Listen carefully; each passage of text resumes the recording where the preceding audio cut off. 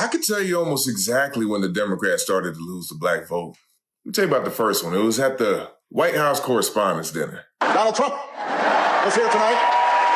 Now, I know that he's taken some flack lately, but no one is happier, no one is prouder to put this birth certificate matter to rest than the Donald. And that's because he can finally get back to focusing on the issues that matter. Like, did we fake the moon landing? What really happened in Roswell? And where are Biggie and Tupac? Say what you will about Mr. Trump. He certainly would bring some change to the White House. All kidding aside, obviously we all know about your credentials and breadth of experience.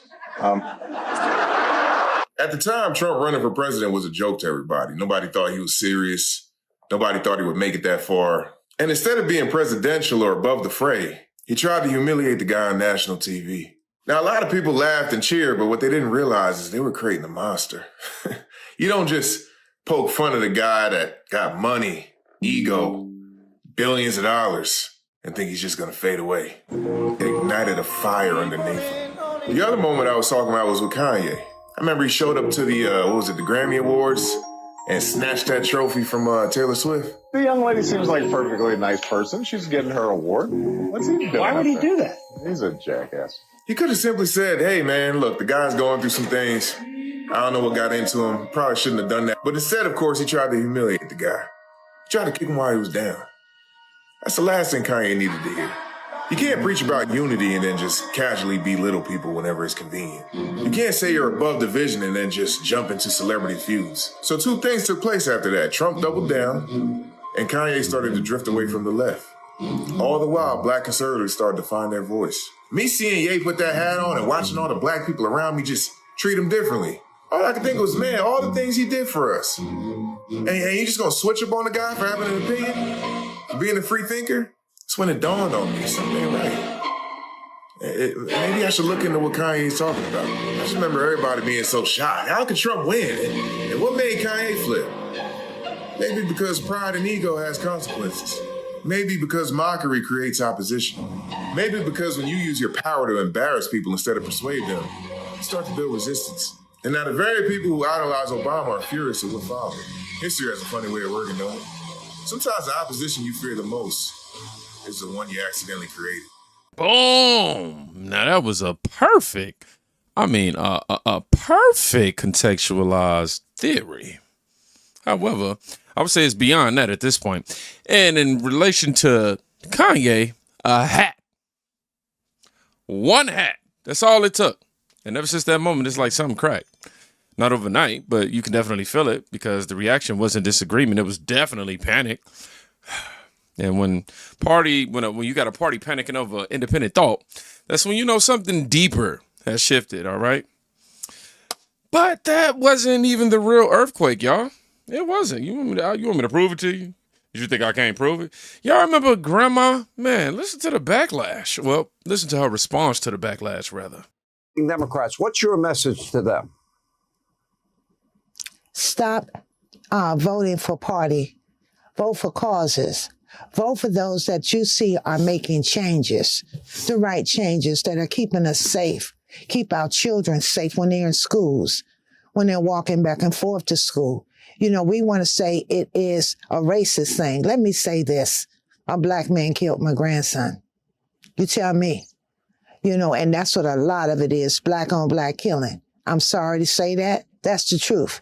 So why am I looking at race? I'm looking at issues. When I vote for someone, I vote for the issues.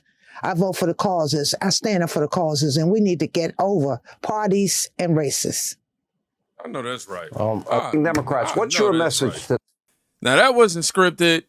She's not trying to be super polished up there to no degree. You know what I'm saying? Like, that was honestly grief. And grief, it doesn't lie, y'all. A grandmother who lost her grandson standing in the White House during Black History Month and saying, stop voting party. Man, you can hear the air leave the room. I remember watching it. Y'all seen me, my honest reaction. It was emotional because that's not supposed to happen. Black History Month is supposed to be predictable, safe, and sanitized. Not uncontrollable, not political, not inconvenient more than anything. But the wild part is it didn't stop there, y'all. Not at all. And I cannot lie. Watching DC Grandma's Floricia Cook's Black History Month appearance was tough. I like him too. One thing I like about him, he keeps it real just like Grandma.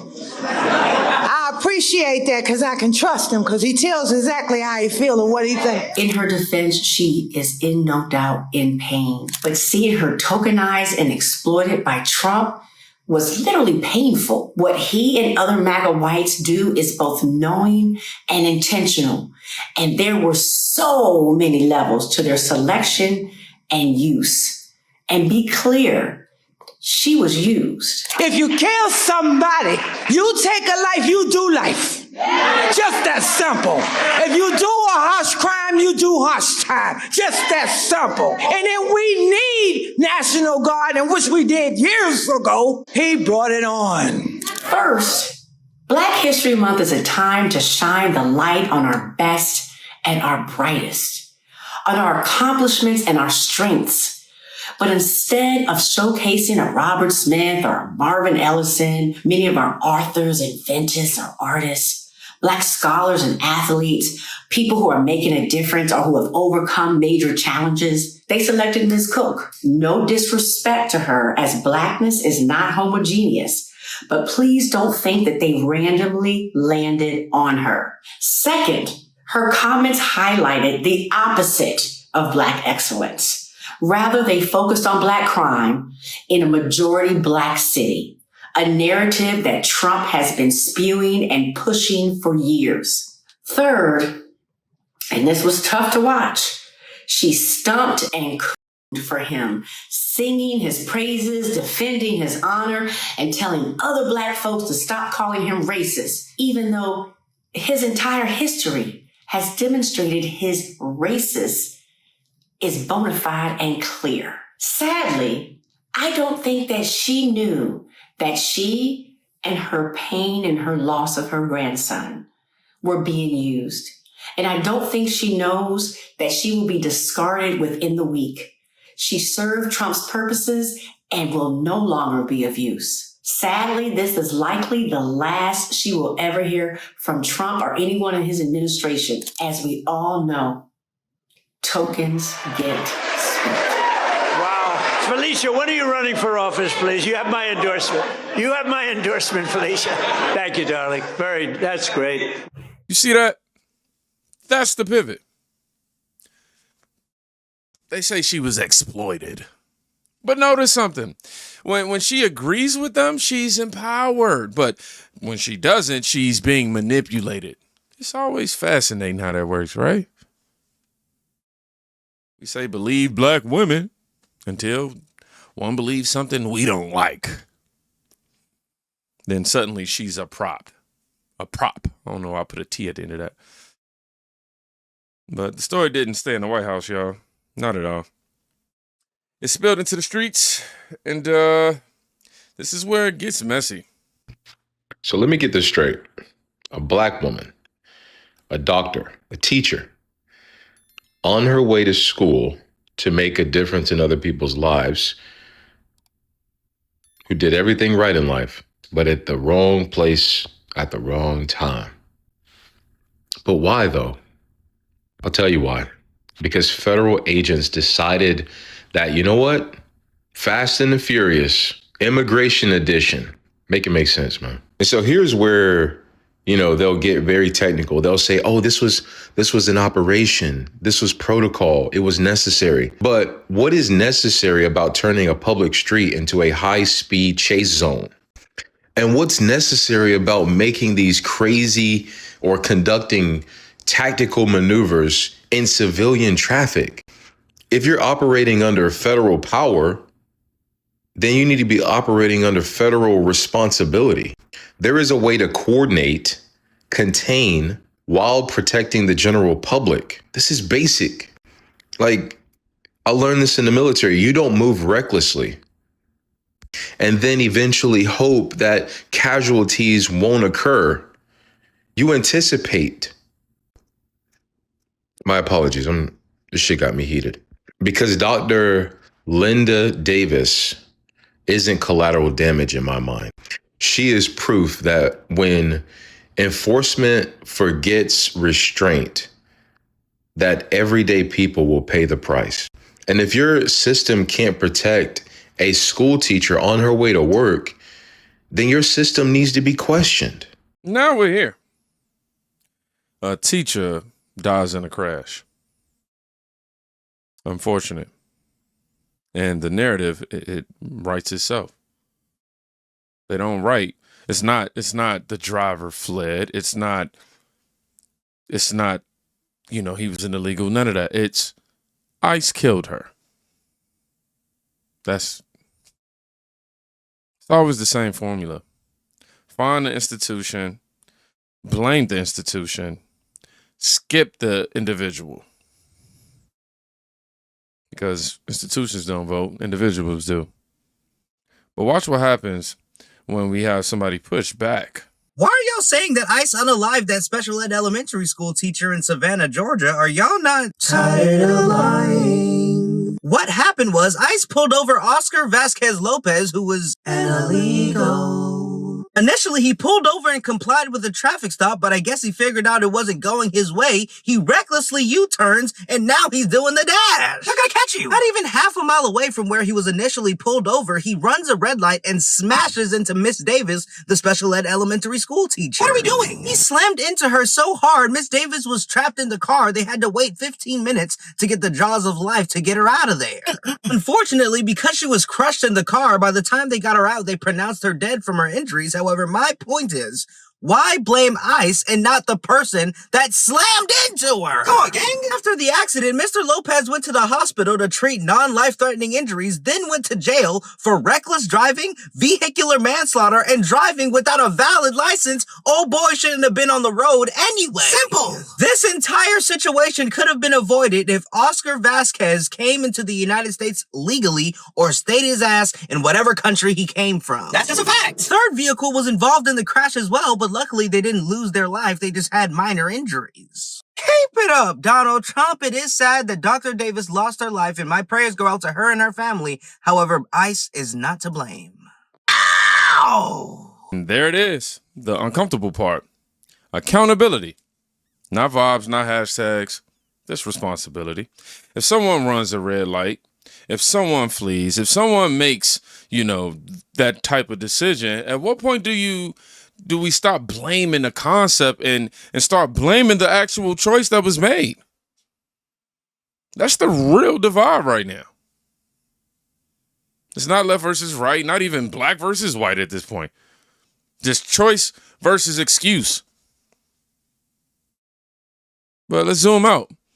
Because it's not just crime narratives. It's behavior as well, y'all. Watch this. The president of the United States is going to give his State of the Union address, and the Democrats got other plans. So some are talking about walking out in the middle of his speech. Others are talking about boycotting it altogether and essentially finding something else to do. I'm here to tell you that neither is acceptable. Neither should be acceptable. At some point in time, ladies and gentlemen, there's got to be an adult in the room. If you're going to act as juvenile, as petulant, as petty, as you accuse the president of the United States to be, how are you ever going to hold a high moral ground, at least high enough to judge him accordingly? If people on the right can turn and look at you and say, you're no better, you act no better, where's it going to get you?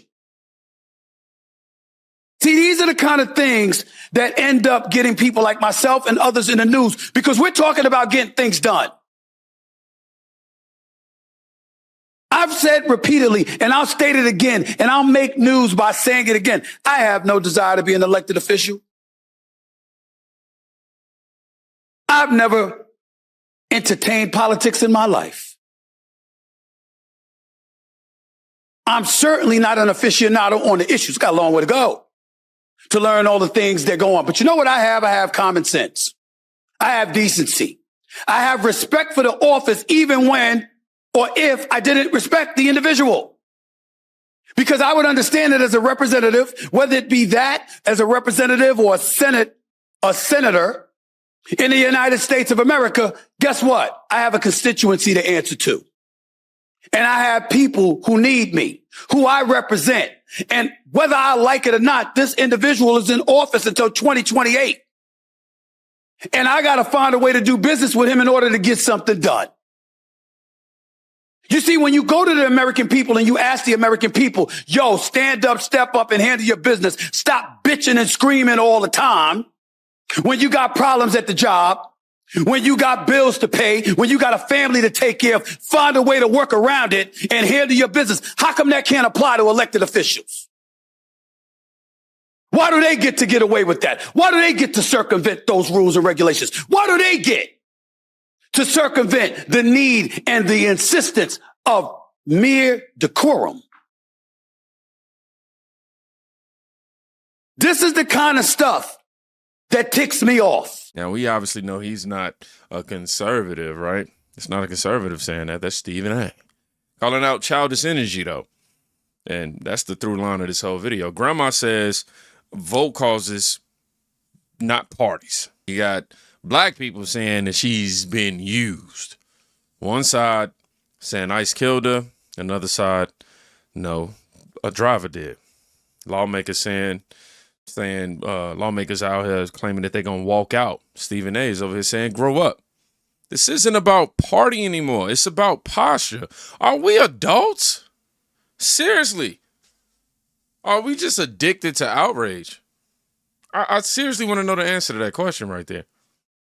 Because here's what I think happened, I think, especially with Black History Month, exploited, twisted, it became unpredictable. And that's what's starting to scare them. A grandmother didn't read the script. Seemingly sports commentator didn't follow the tribe. You got rappers out here asking questions that not supposed to be asked. Kanye, I'm talking about. That's the shift. Not vote numbers. The permission to disagree publicly, the permission to think independently. By the way, shout out to Team Think. That's not a moment. That's momentum.